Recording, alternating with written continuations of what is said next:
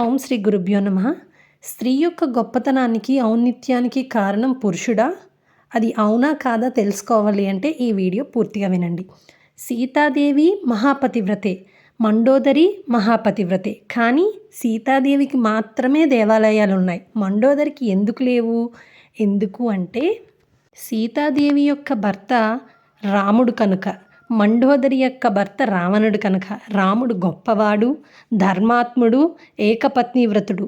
రాముడి యొక్క గొప్పతనం వల్ల సీతాదేవికి కూడా ఆలయాలు అనేవి వచ్చాయి. కానీ మండోదరికి దేవాలయం కట్టాలి అంటే పక్కన ఎవరిని ఉంచాలి? రావణుడిని ఉంచాలి.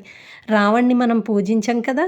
అంటే ఒక స్త్రీకి గౌరవం పెరగాలి అంటే అది తన భర్తతోనే సాధ్యమవుతుంది. కాబట్టి ఈ స్టోరీ నుంచి మనం ఏం నేర్చుకోవాలి అంటే స్త్రీ ఎంత ఉత్తమురాలైనా, ఎంత గుణవతి అయినా ఆమె కీర్తికి కారణం ఆమె భర్తే, పురుషుడే అవుతున్నాడు అని అర్థం చేసుకోవాలి. ఈ వీడియో కనుక మీకు నచ్చితే please like, share and subscribe my channel.